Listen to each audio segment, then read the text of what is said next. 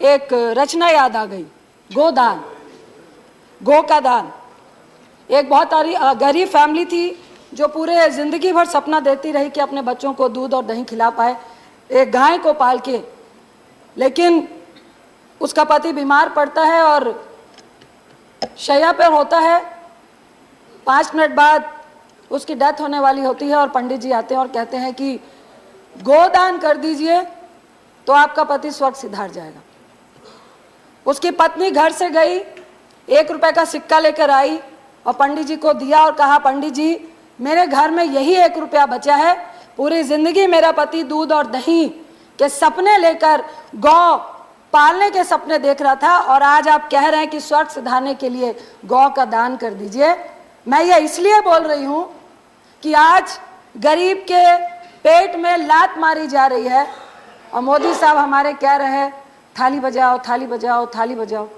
आप सारा ठीकरा यूक्रेन की लड़ाई पे ठोक रहे हैं, आप कोविड को दे रहे हैं, लेकिन आपकी नीति ने जो नोटबंदी से 2016 से जो गलतियां पे गलतियां की, कभी भी उसका आप जिक्र नहीं कर रहे।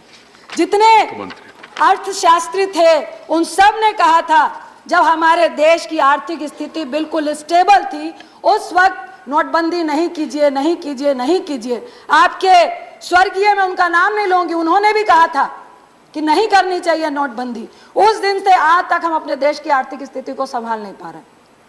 मैं 2013 का प्रधानमंत्री जी का भाषण याद कर रही थी, जिन पे उन्होंने कहा था कि मनमोहन सिंह जी महंगाई का मां नहीं बोलते हैं, प्लीज मनमोहन सिंह जी आए और महंगाई के बारे में बताएं कि कब कम होगी।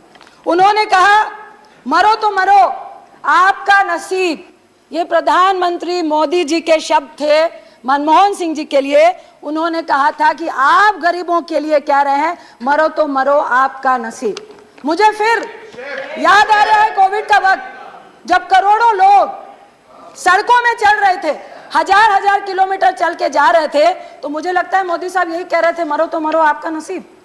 क्योंकि उस वक्त गरीब को पैसा देना था तो आपने क्या बोला, सारे गरीब घर से बाहर निकलो और थालियां बजाने का काम करो, थाली बजाने से आपके पेट में भोजन मिल जाएगा।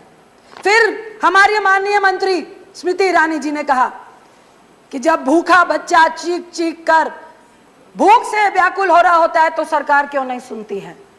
जब किसान आत्महत्या कर रहा होता है तो आपके कान में आप रुई डाल के सो जाते हो।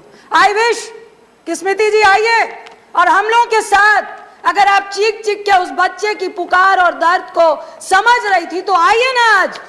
आज गैस सिलेंडर 10,054 रुपए हो गया है। आज आप हमारे साथ चीख कर गरीबों की बात करिए, अपने घर की रंजिश मत निकालिए प्लीज, आप मंत्री। इसके बाद मैं सुषमा जी का एक मिनट रंजिता, माननीय मंत्री किसी के नाम लेकर मंत्री यहाँ सवाल नहीं करना चाहिए। स्वर्गीय सुषमा जी की इस स्पीच को याद करना चाहती हूँ, जिन्होंने कहा था कि यह संवेदनहीन सरकार है, यह बिल्कुल भी गरीबों के बारे में सोचने वाली सरकार नहीं है, यह विश्वासघाती सरकार है। आज मुझे कहना पड़ रहा है कि अगर सुषमा जी होती तो वो निश्चित बोलती कि यह संवेदनहीन सरकार है, हमारी ही सरकार है, यह विश्वासघाती सरकार है, हमारी ही सरकार है। मुझे डर लगता है जब मैं प्रधानमंत्री की उस स्पीच को सुनती हूँ जो उन्होंने कहा था कि घर में चूल्हा नहीं जलता है, बच्चे भूख से रो कर सोते हैं और माँ आंख में आंसू लेकर चुप हो जाती है।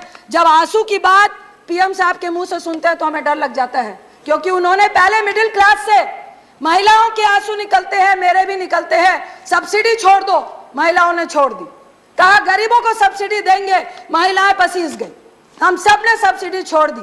आज हर्ष क्या हुआ, आज आपने 1600 रुपए का एक झुंझुना पकड़ाकर 7 करोड़ लगभग लोगों को आपने चूल्हा और गैस दिया।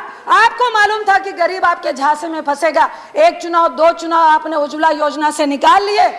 उसके बाद क्या हुआ, क्या वो 1600 रुपए, वो सब्सिडी जिस रेवड़ी की बात आज मोदी साहब कर रहे हैं, प्रधानमंत्री साहब कर रहे हैं, क्या वो रेवड़ी नहीं थी? लेकिन वो रेवड़ी में फर्क इतना था, गरीबों के लिए नहीं थी। गैस एजेंसीज के लिए थी। आप 1600 रुपए गरीबों से ले रहे थे, बाकी का पैसा सरकार दे रही थी। किसका दे रही थी? टैक्स पे का दे रही थी। उसके बाद क्या हुआ? आज आंकड़ा है, इतना वक्त नहीं है, लगभग 7 करोड़ घर, जिसमें 4.5 करोड़ वो लोग हैं जो उज्ज्वला के तहत आते हैं, एक साल में एक भी गैस रिफिल नहीं करा रहे हैं। 3.5 करोड़ के लगभग वैसे लोग हैं जो साल में एक रिफिल करा रहे हैं। यह किसको दिया था झुनझुना? यह किसकी रेवड़ी थी? रेवड़ी तो प्रधानमंत्री साहब आपने भी दी। कल मैं सुन रही थी आपके लोकसभा में भाजपा के एक सांसद बोल रहे थे कि भाई उस वक्त भी आपके टाइम पे 900 रुपए गैस सिलेंडर था। मानते हैं 900 रुपए था, लेकिन हम अपनी रेवड़ियां गरीबों में दे रहे थे। बिल्कुल 400 रुपए कम में गैस सिलेंडर दे रहे थे। हम गरीबों की मदद कर रहे थे। हम एनपीए की और करोड़पतियों की मदद नहीं कर रहे थे। हम उनके 3.5 लाख करोड़ रुपए माफ नहीं कर रहे थे, हम गरीबों को दे रहे थे। आप सिर्फ खाद्य सुरक्षा की बात कर रहे हैं। एक तरफ मोदी साहब कहते हैं कि रेवड़ी बांटना बहुत खतरनाक है। मैं प्रधानमंत्री साहब सभापति जी के माध्यम से बोलूंगी, उज्ज्वला की रेवड़ी हो, चाहे आपकी कोई भी गरीबों के लिए रेवड़ी हो, वो रेवड़ी में ना तिल था, ना चीनी थी, ना गुड़ था। ये तिल, चीनी, गुड़ सब कुछ कोई जो लेके गया वो कॉर्पोरेट थे। एक और रेवड़ी की याद दिलाना चाहती हूं आपको, जियो। आप एक तरफ कह रहे हैं कि रेवड़ी नहीं खिलानी चाहिए, आपने क्या किया? पूरे देश को जियो का रेवड़ी खिलाई। पहले बोला मुफ्त में दे रहे हैं, मुफ्त में दे रहे हैं, मुफ्त में दे रहे हैं। जब आपको आदत डल गई, उसके बाद अब कितने में जियो का लोग प्रीपेड और पोस्टपेड भरवाते हैं। ये कौन सी रेवड़ी थी? ये रेवड़ी भी कॉर्पोरेट के लिए थी, गरीबों के लिए नहीं थी। दूसरी तरफ मैं आपको जरूर कहना चाहूंगी कि मेरी बात हो रही थी, एक छोटी सी फैक्ट्री चलाने वाला व्यक्ति है, उन्होंने सुबह बोला कि जीएसटी, निर्मला जी का कल मैं भाषण सुन रही थी कि उन्होंने बोला कि लगभग 1,45,00,000 करोड़ जीएसटी समथिंग, मेरे आंकड़े गलत हो सकते हैं, कि इस बार भी हमने जीएसटी से पाया। मैं मंत्री साहब से पूछना चाहूंगी, आप जीएसटी तो पा रहे हैं, जो लोग काम कर रहे हैं, फैक्ट्रियां चला रहे हैं, विद इन मंथ उनको ब्याज, बैंक का ब्याज भी देना पड़ता है, जीएसटी भी गवर्नमेंट को देना पड़ता है। 15 दिन के अंदर अगर वो नहीं देंगे तो आप पेनल्टी लगाते हैं, लेकिन उनका जीएसटी का इनपुट आपको कितने दिन में देना था? एक साल लगाकर आप उनका इनपुट नहीं देते हैं। क्या खरबों रुपए आप उनके इनपुट से बना के, क्या सरकार पूरे देश को उसी इनपुट से चला रही है क्या? तीसरी बात, मैं एक बच्चे से मिली, 16-17 साल के बच्चे से। आप जीएसटी लगा रहे हैं 5%, आप जीएसटी लगा रहे हैं 12 से 18%। दोनों ही जीएसटी में आम आदमी मरता है। किसी ने बोला कि 5% जीएसटी से किसको फर्क पड़ेगा? पड़ता है। जो व्यक्ति वृद्धा पेंशन 500 रुपए के लिए 8 घंटे लाइनों में खड़ा होता है, पूरा महीना चलाता है, अगर उसको 5% जीएसटी लगता है तो फर्क पड़ता है। आप कहते हैं कि नहीं, खुला जो गरीब है वो खुलेगा खाता है, उसको फर्क नहीं पड़ेगा। मैं आपसे पूछती हूं कि क्या आप चाहते हैं जिंदगी भर वो गरीब ठेले में मक्खी लगता हुआ खाना ही खाता रहे? क्या उसका हक नहीं है कि वो पैकिंग खाने को खाए? क्या उसका नहीं है कि स्वस्थ खाना खाए? प्लीज सर, 2-3 मिनट स्वस्थ खाना खाए।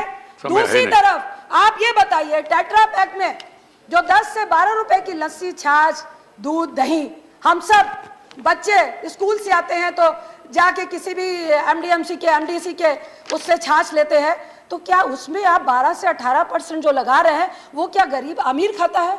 या किसी करोड़पति का बच्चा वो टेट्रा वाली लस्सी पीता है जिसके लिए आप कह रहे हैं कि 12 से 18 करनी है? मुझे एक बच्चा बोल रहा था कि मैडम आप लोग सदन में बोलते हैं। आपने ज्यादा समय दिया, thank you sir. Please sir, thank you, धन्यवाद। Sir please 1 minute sir, please sir 2 minute. Doctor Fauzia Khan, please 2 minute. Doctor Fauzia Khan, please 2 minute. 2 minute extra दिया मैंने आपको। आपने आप पॉलिटिकल सवाल उसमें बढ़ गए तो मैं क्या करूं? सर कंक्लूड, सर कंक्लूड करो प्लीज सर, कंक्लूड करिए। उसने बोला कि आप बताते क्यों नहीं है? स्कूटी से जाए तो तेल महंगा, एक टेट्रा का 10 रुपए का जूस पिए तो वो महंगा, स्कूल में जाए तो पेंसिल, रबर, इरेजर, कटर महंगा, तो आदमी जाए तो कहां जाए? एक तरफ आप कोविड में 23 करोड़ को गरीबी रेखा में लेके आ गए, 98% लोग की सारी आमदनी घट गई। मैं आपसे एक रिक्वेस्ट करती हूं, बार बार लोग कह रहे थे कि रुपया गिर रहा है, देश की आबरू जा रही है, आबरू जा रही है। मनमोहन सिंह जी ने आपने पूछा था और मनमोहन सिंह जी ने बोला उस वक्त भी कुछ नहीं था, लेकिन 59 से 69 हुआ और विद इन 4 मंथ में दोबारा 59 में लेकर आ गए थे। क्या आप लेकर आएंगे? डॉक्टर मैं फौजिया आपसे खान, आग्रह करती हूँ कि प्लीज Please. जहां Thank you, पर फौजिया खान. कांग्रेस इस देश Please, की not आर्थिक going on स्थिति को record. छोड़ के गई थी, One